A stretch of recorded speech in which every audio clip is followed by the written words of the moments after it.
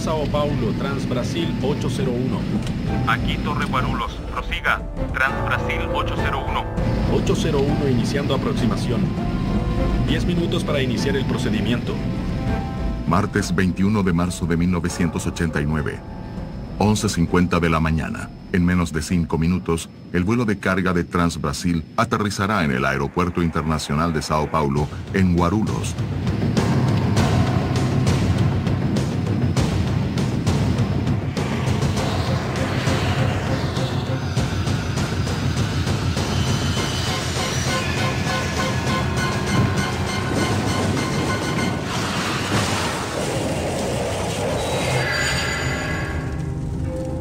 La caída del avión fue a un poco más de 1 kilómetro de la pista sobre una favela.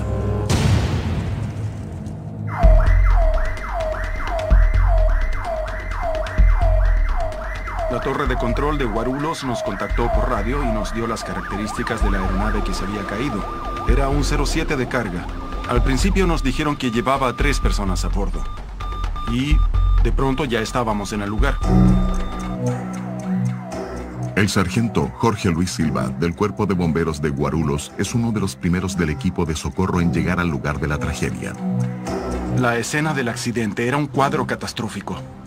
Varias casas destruidas, una aeronave en llamas, mucha gente gritando, todos pidiendo ayuda, pidiendo a los vecinos que los ayudaran.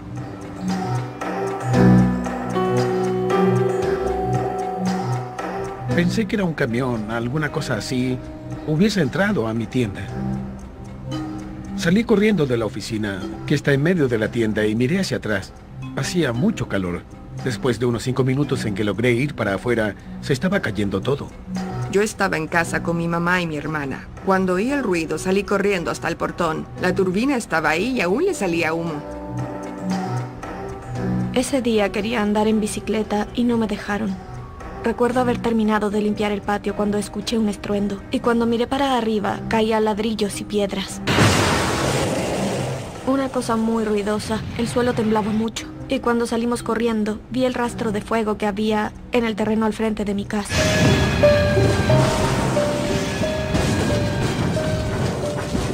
Murieron varios niños que venían de la escuela. Murieron personas que estaban trabajando. Mi hija que venía del teléfono público, junto con mi sobrina. Y mi sobrina estaba embarazada. Vi una explosión. Ahí me di cuenta que era un avión que había caído en medio de la favela. Aquella mañana, el fotógrafo Klaus Werner estaba en un helicóptero sacando fotos aéreas de una fábrica. Terminó registrando la tragedia.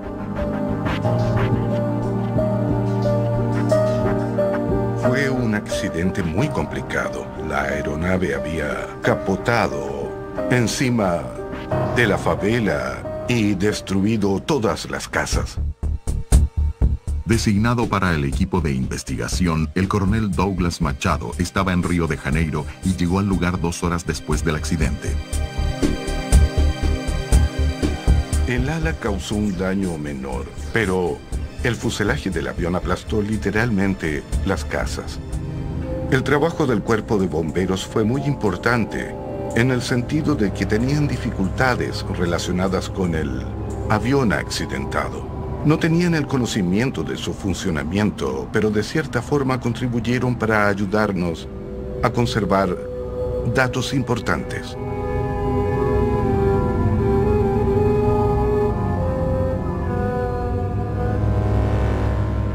Estaba destrozado, todo quemado, pero todavía humeaba. Y con un olor que no olvidaré jamás, olor a metal quemado. Fabio Goldenstein era un joven piloto cuando fue convocado para formar parte del equipo de investigación. Fue el primer accidente en el que me involucré, digamos así como perito. Fue impactante.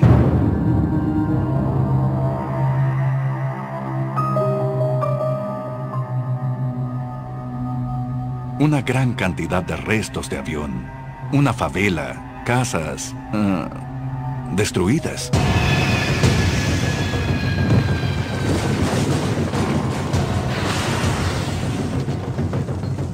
El lugar lugar del accidente es minuciosamente revisado por los investigadores. El avión estaba con el tren de aterrizaje. Los motores estaban normales, pero era muy difícil alcanzarlos porque estaban cubiertos con escombros. Costaba mucho llegar al avión. Nos subíamos y, como estaba lleno de combustible, resbalábamos y caíamos.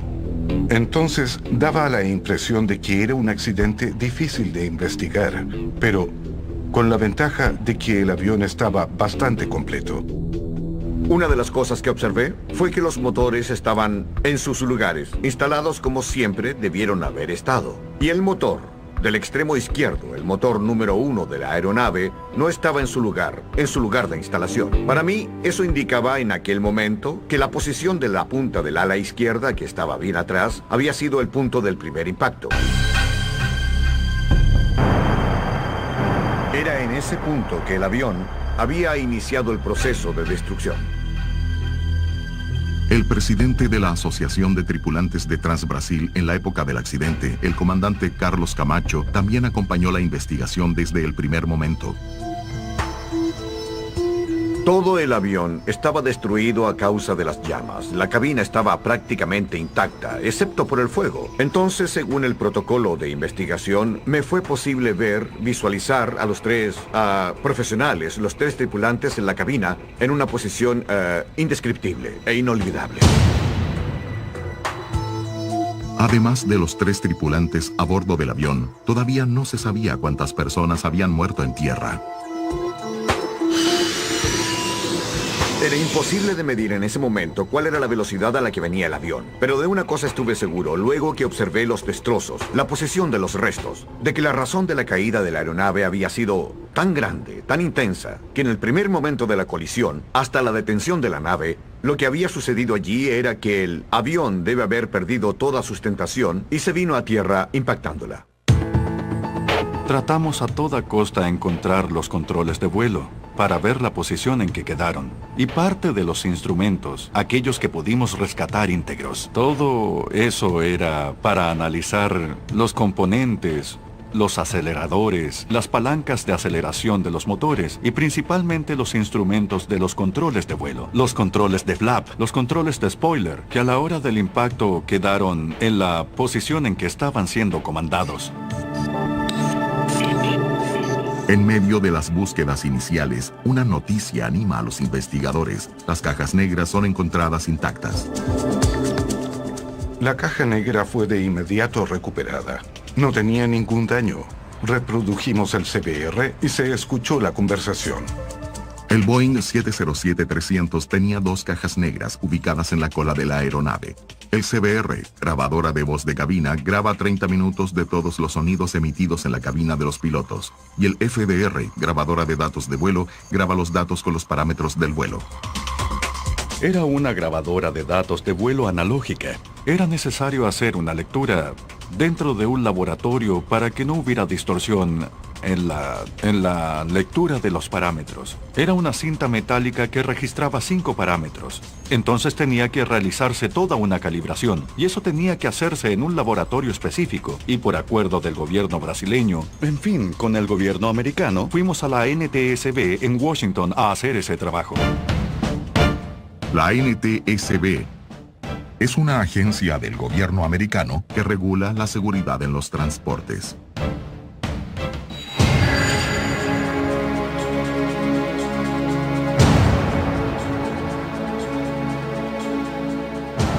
Cuando llegué, se habían movido muchas cosas, lógicamente por los bomberos, los equipos de rescate, como es natural, pero también personas del lugar que iban a casa a buscar alguna cosa, aunque la policía lo impidiera. Siempre se da ese tipo de situación.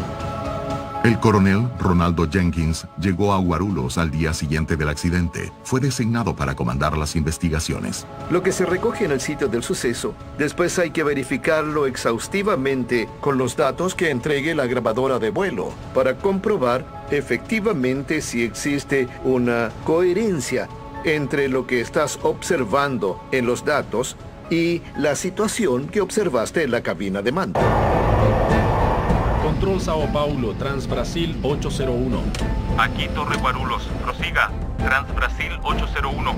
801 iniciando aproximación. 10 minutos para iniciar el procedimiento. Entonces nos dimos cuenta que el avión aterrizó mucho antes de la pista, en un área que es urbana. Un día de cielo azul, que no tenía ninguna nube. Algo muy grave debió haber ocurrido.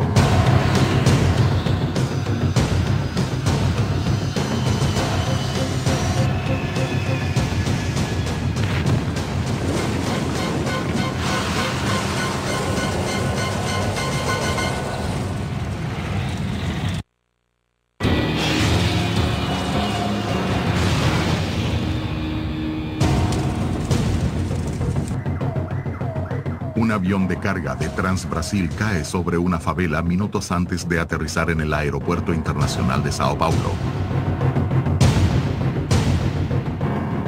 Al día siguiente del accidente, el número de muertos es confirmado. Además de los 3 tripulantes a bordo, otras 22 personas murieron en tierra. Casi en el mismo momento en que inicias la investigación de campo, ya tienes otro equipo trabajando que irá hasta la empresa aérea a buscar más documentos. Es algo que aún no puedo entender. Sí, es cierto. Una parte importante de la investigación estaba concentrada en quién comandaba la aeronave. Esa investigación nos lleva a la conclusión de que los pilotos tenían la experiencia adecuada, estaban entrenados y en ese sentido no habían dificultades legales ni administrativas. La tripulación del carguero de Transbrasil estaba compuesta por 3 personas. Giseldo Constantino, ingeniero de vuelo. Dorival Scanavacchi, piloto instructor con más de 16 años de experiencia. Y Ronaldo Oliveira, piloto en instrucción en Boeing 707. El vuelo de instrucción era algo normal. En ese tipo de vuelo no existe riesgo.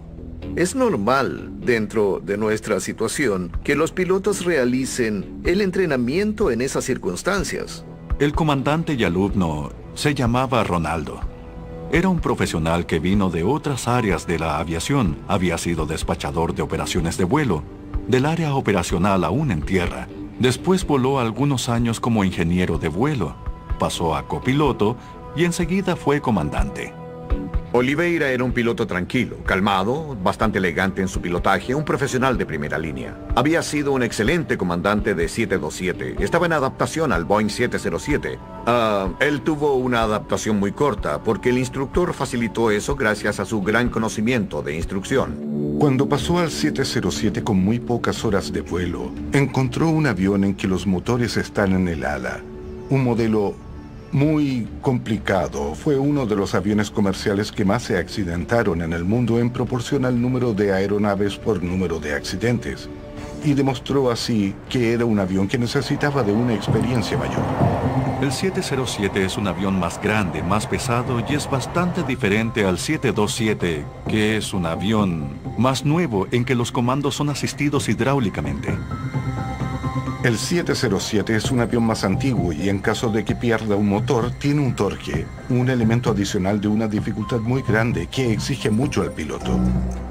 La inexperiencia del piloto de instrucción en un avión muy diferente a lo que estaba acostumbrado se vuelve un elemento importante en la investigación, pero también es fundamental evaluar los registros del avión. Los documentos de la aeronave, los registros de mantenimiento, todo aquello de lo que tienes registro se confrontará con lo que está aquí, en el libro de a bordo que lograste rescatar. A veces el libro de a bordo está deteriorado, quemado, difícil de leer. Tienes que tener una copia de eso en la empresa. Es decir, debes tener todos los mantenimientos efectuados a la aeronave, los registros, los componentes que fueron cambiados, cualquier tipo de problema que tenga. Verificar los plazos, los tiempos entre las sustituciones de equipos y todo lo que sucedió. El Boeing 707 fue comprado por Transbrasil en 1987 para transporte de carga. Sus últimos registros de mantenimiento no indicaban ninguna anormalidad. La investigación ahora analiza los factores operacionales.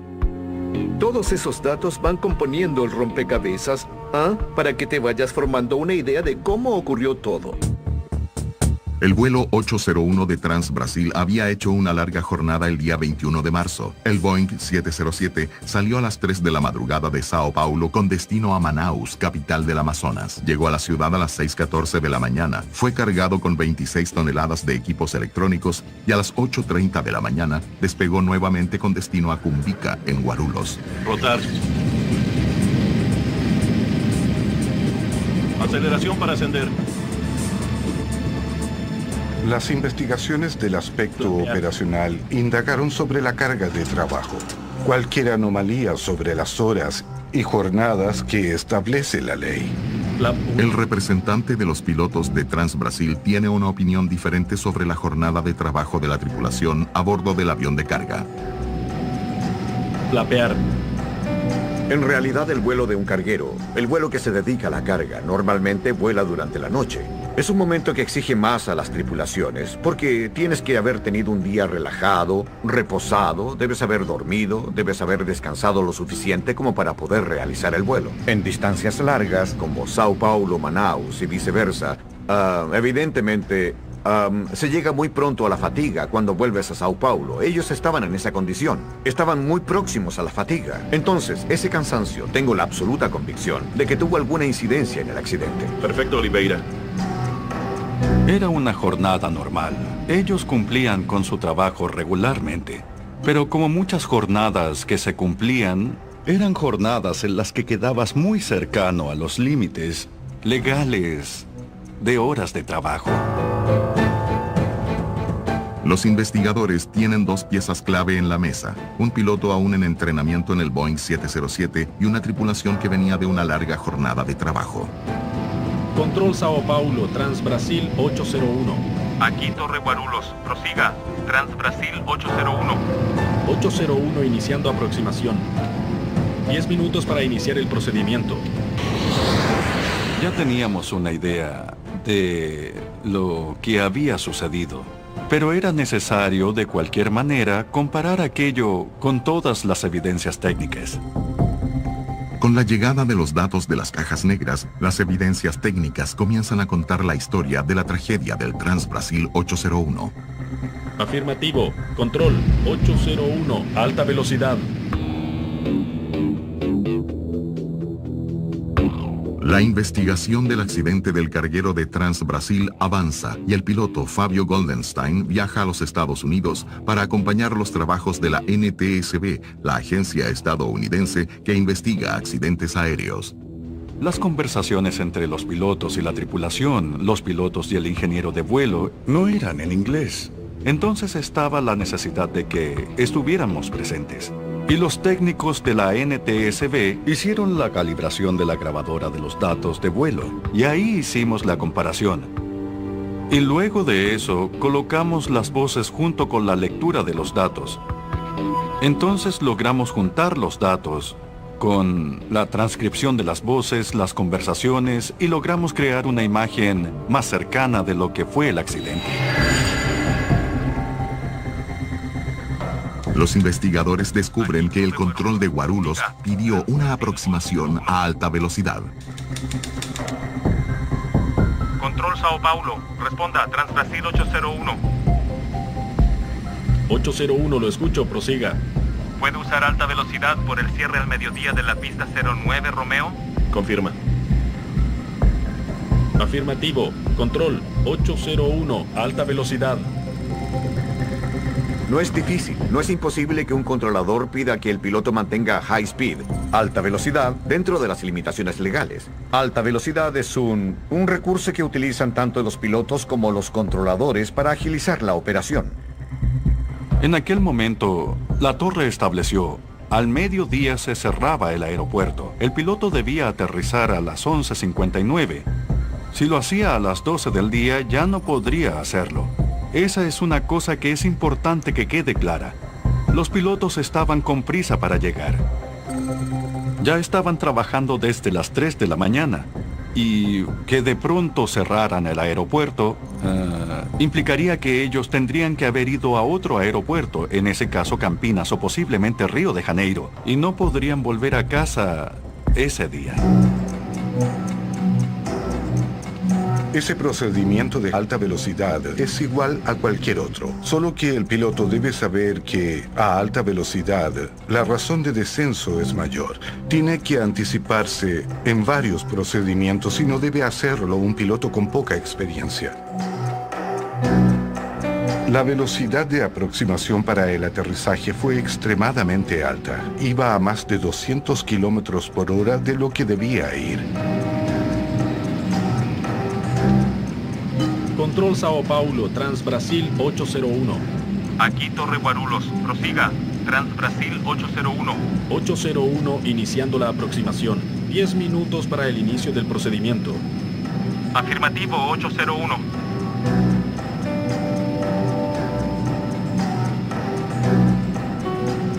Torre 801, pasando marcador externo.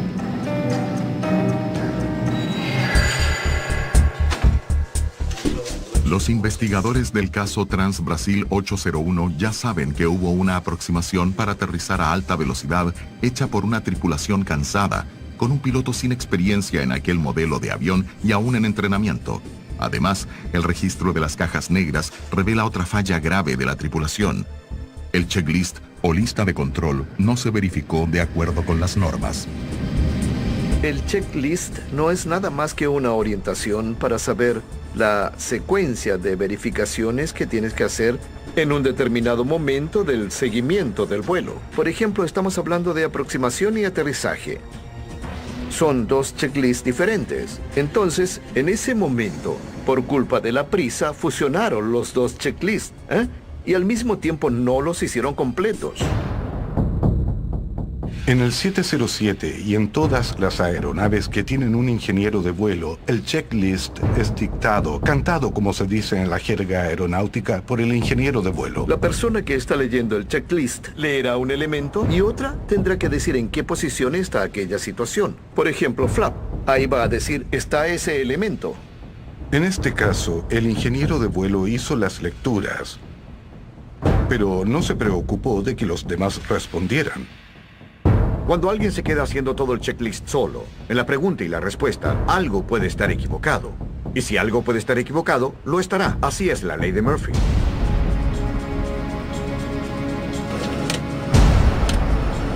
Por eso es que se habla de que hubo una descoordinación en los procedimientos de la cabina, porque no fueron los ideales, y lógicamente la comprobación del checklist salió perjudicada.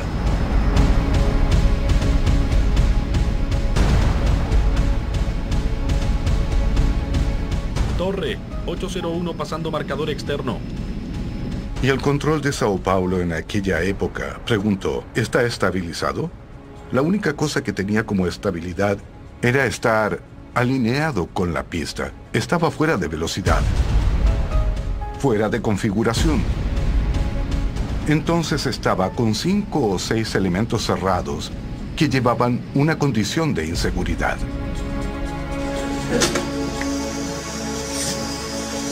Durante el análisis de los momentos finales del vuelo registrados por las cajas negras, los investigadores se acercan más a entender las causas del accidente. Desciende ahora y usa el freno aéreo o no aterrizará.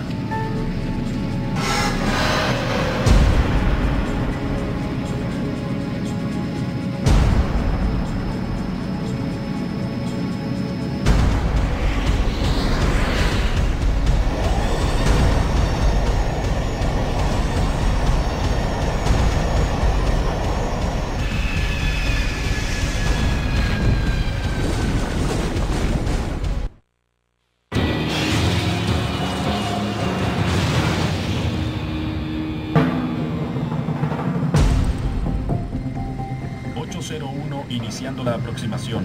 10 minutos para el inicio del procedimiento. El análisis de las cajas negras del Transbrasil 801 reveló que la tripulación hace una aproximación para aterrizar muy arriesgada, a alta velocidad y sin respetar las etapas de los procedimientos estándar. Y un nuevo descubrimiento llama la atención de los investigadores. En los momentos finales del vuelo, el avión tuvo una actitud muy agresiva para el descenso que fue muy rápido. El avión pasó a posición de caída y como es un avión que no tiene el comando de elevación y descenso, sino que es un comando manual, no es asistido hidráulicamente. El avión se inclinó muy rápidamente sobre la nariz y no pudieron controlar la posición del avión y este chocó. Aumentó aún más la razón de descenso en ese momento y cayó al suelo. Esa brusca maniobra hizo al avión descender a una razón de 1.200 metros por minuto. En la desaceleración usó todos los recursos de la aeronave y terminó cometiendo un error que fue usar el freno aéreo, que disminuye la sustentación del ala junto con los flaps. Los flaps y los frenos aéreos son dispositivos aerodinámicos ubicados en las alas. Los flaps son responsables de la sustentación del avión. Los frenos aéreos permiten que pierda altitud sin ganar velocidad. Si se usan al mismo tiempo, hacen que el flujo de aire se despegue de las alas, provocando la pérdida de la sustentación y de control de la aeronave. Pasas a aterrizar hacia el frente, cayendo. Dejas de volar, más bien estás cayendo. Es una pérdida de control real. Cruzando los datos de las grabadoras de vuelo y de voz, los investigadores descubren que la tripulación había accionado el speed brake con la intención de bajar rápidamente la altitud del avión para el aterrizaje. Desciende ahora y usa el freno aéreo o no aterrizará. En la secuencia, el instructor Dorival Skanabaki accionó los flaps sin antes avisar al alumno que retirara los frenos aéreos. Por favor, acciona el flap. ¡Ya está accionado! En aquel momento del vuelo, solo los flaps deberían ser utilizados. A medida que la aeronave desaceleraba con el freno aéreo accionado, la tripulación, sin darse cuenta, perdía la sustentación y el control de la aeronave durante la aproximación final.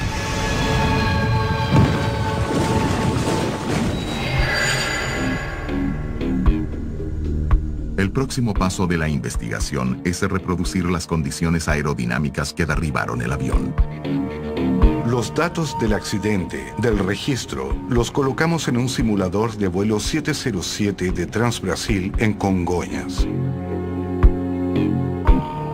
Muy bien. Frenos aéreos. Aquella máquina no respondía adecuadamente a las reacciones del avión. Si con los frenos aéreos no desaceleraba con la misma velocidad, varias reacciones aerodinámicas tampoco ocurrían. Creo que tendremos que hacer un vuelo de verdad. Sin poder contar con los resultados de los simuladores, los investigadores deciden realizar pruebas reales.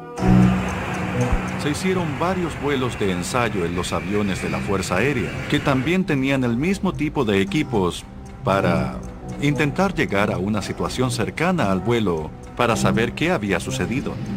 Tomamos un 707. Fue un ingeniero de ensayo, un piloto de prueba, otro piloto que había sido de la escuadrilla aérea y que era comandante de aquel escuadrón. Subimos, hicimos los entrenamientos a 12 kilómetros de altura, luego descendimos a 9 kilómetros. Repetimos las maniobras tal como sucedieron y bajamos a 6. Y por último a 5 kilómetros sobre el mar. Bien, más velocidad. Intentamos hacer el vuelo a la misma velocidad, con las mismas configuraciones, trabajar un poco en eso. La conclusión era, con el avión en esa situación tenías que tener el motor al máximo, sin moverse nada, y esperar en torno a 72 metros de descenso, algunos segundos para que el avión dejara de bajar y salir de la condición anormal. Cambiando flap en la velocidad. Desciende ahora y usa el freno aéreo o no aterrizará. Bien.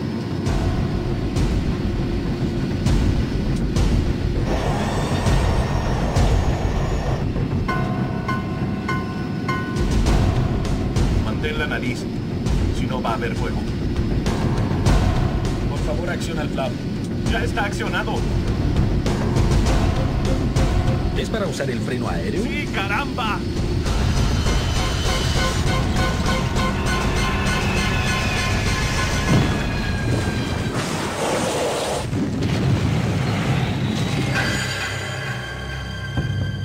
En la grabadora de voz de la caja negra, los investigadores descubren un dato sorprendente. El comandante instructor Dorival Skanabaki asume el mando de la nave momentos antes de aterrizar, no cumpliendo los protocolos operacionales de seguridad. Desciende ahora y usa el freno aéreo o no aterrizará.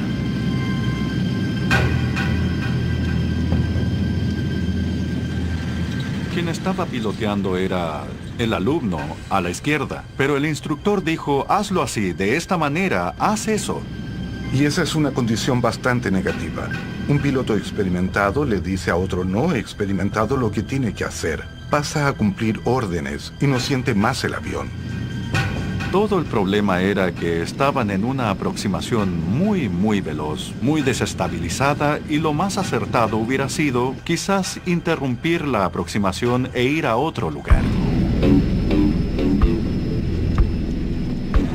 Sobrepasó la velocidad de raciocinio y de práctica del otro. El piloto omitió información, no tuvo asertividad para cuestionar algunos puntos, ni experiencia para hacerlo porque era un avión muy nuevo para él. Hay que analizar. Los investigadores especulan si la descoordinación en la cabina llevó a la tripulación a no notar la luz del freno aéreo accionado. El 707 solo tiene una luz pequeña que indica que los frenos aéreos están activados. Las otras informaciones de posición de los flaps son dadas por un instrumento que tiene esa finalidad. El piloto tiene que racionalizar, porque es su obligación, lo que está viendo y lo que puede suceder. Esa velocidad es muy alta para aterrizar. La reacción de los tres en la cabina fue errada. No se dieron cuenta de la situación hasta el impacto. Se estrellaron sin saber exactamente lo que sucedía. La última pieza del rompecabezas finalmente encaja. Los investigadores completan la secuencia de eventos que derribó el avión. Mantén la nariz, si no va a haber fuego. Por favor, acciona el flap. ¡Ya está accionado! ¿Es para usar el freno aéreo? ¡Sí, caramba!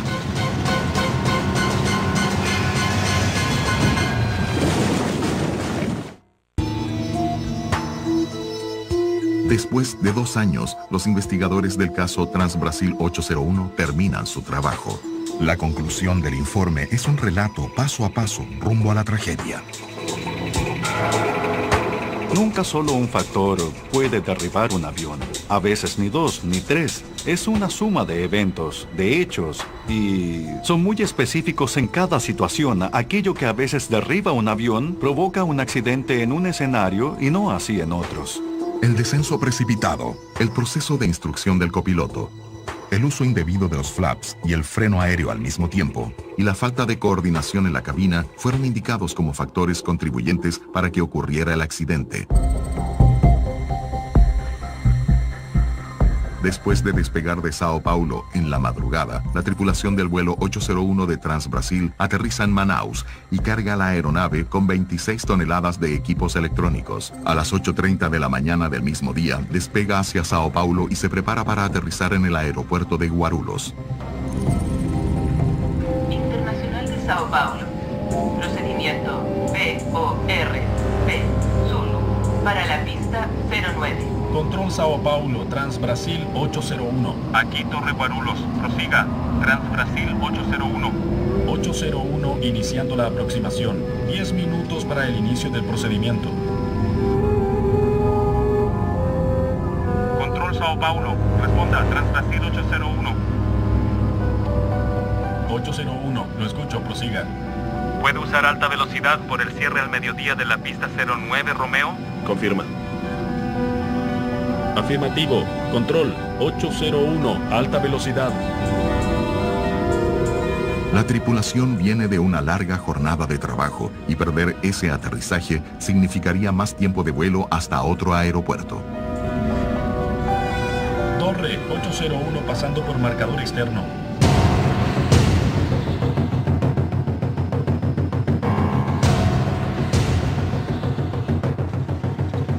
Activando el flap de velocidad.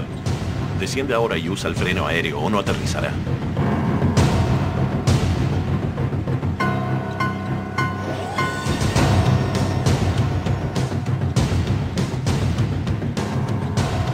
Mantén la nariz, si no va a haber fuego. Por favor, acciona el flap. ¡Ya está accionado! ¿Es para usar el freno aéreo? ¡Sí, caramba!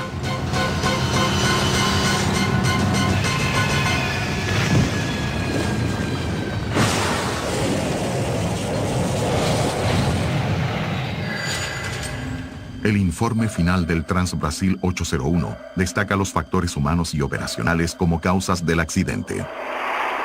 El factor material no contribuyó. ¿Por qué? No hubo ninguna falla. El avión estaba funcionando normalmente. Es decir, el problema no fue material. El problema fue operacional. Fue la utilización indebida de los equipos.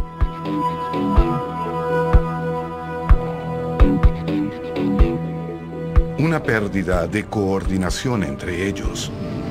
Cambiando flap en la velocidad. Descienda ahora y usa el freno aéreo o no aterrizará.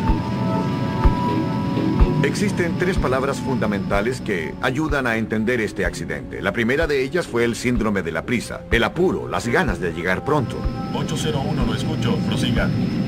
¿Puede usar alta velocidad por el cierre al mediodía de la pista 09, Romeo? Confirma. Afirmativo. Control, 801, alta velocidad. La segunda fue la excesiva confianza en el avión, de parte del comandante Dorival, y el conocimiento que él tenía. Pero en aquel momento, el tercer acontecimiento, el tercer factor, fue la fatiga. Entonces, el cerebro no acompaña de forma adecuada a todos los movimientos necesarios para tener un buen vuelo, para evitar accidentes.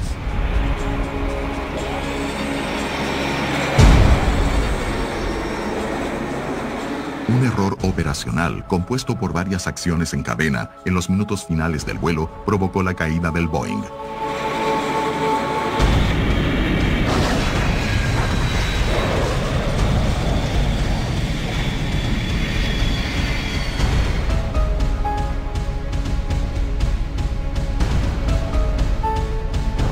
¿Qué aprendió la aviación con la tragedia del vuelo 801 para que un accidente como este no vuelva a suceder?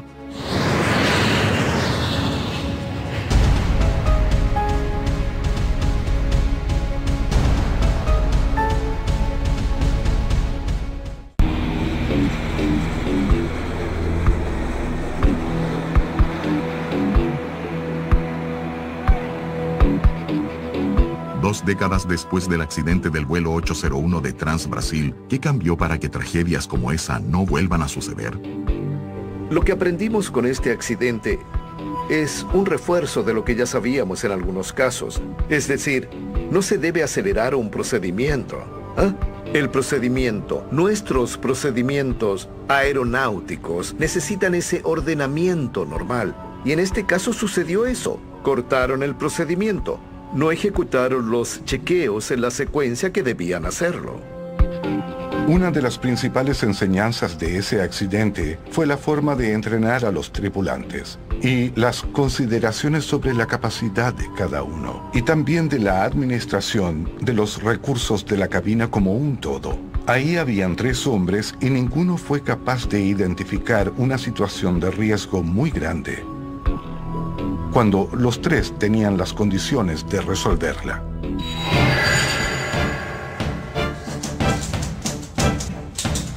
El informe final de la investigación recomendó algunos cambios para aumentar la seguridad de los vuelos, entre ellas, evitar el vuelo de instrucción en ruta.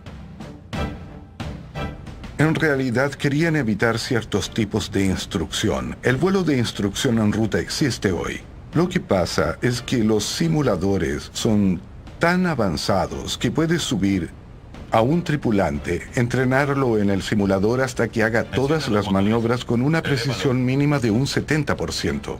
Sale del simulador y puede tomar un avión, despegar y aterrizar sin que nadie lo entrene. Así y todo, siempre tienes un compañero, un monitor, en una coordinación tan grande que prácticamente elimina toda posibilidad de error. Ese monitoreo marca la diferencia con todo lo anterior. Pero para los lugareños afectados por la tragedia, pocas cosas cambiaron a lo largo de los años. Perdí a muchos amigos. Murieron 18 y los conocía a todos.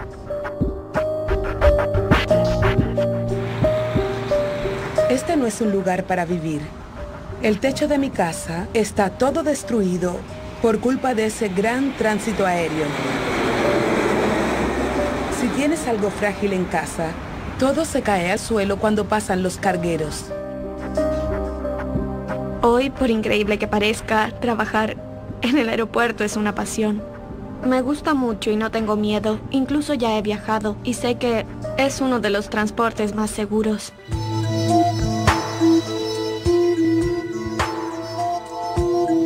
20 años después del accidente del vuelo 801 de Transbrasil, la seguridad en los aviones aumentó bastante, en parte gracias a la evolución de las tecnologías digitales que aumentaron el nivel de información y precisión. 100,